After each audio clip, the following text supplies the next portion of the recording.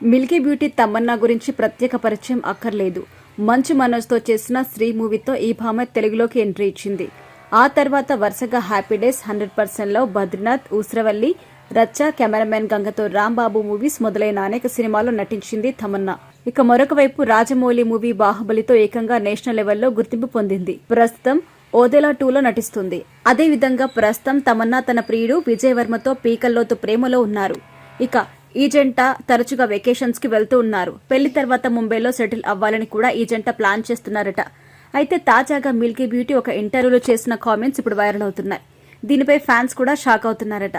తమన్నా రోజు స్నానం చేశాక ముందుగా తన బాడీ పార్ట్లను టచ్ చేస్తుందట. మొత్తంగా శరీరంలోని అన్ని భాగాల్ని టచ్ చేసి ప్రత్యేకంగా థ్యాంక్స్ చెప్తాను అని చెప్పుకొచ్చారు. ఈ విషయం వింతగా అనిపించినా అది తనకు ఎప్పటి నుంచో ఉన్న అలవాటు అని కూడా చెప్పుకొచ్చారు తమన్నా. అయితే తన శరీరం సహకరిస్తేనే ఏదైనా చేయగలం. అలాంటిది మన శరీరం పట్ల మనకి రెస్పెక్ట్ ఉండాలని, శరీరాన్ని జాగ్రత్తగా కాపాడుకుంటే మనకు లైఫ్ స్పాన్ ఎక్కువగా ఉంటుందని అన్నారు తమన్నా.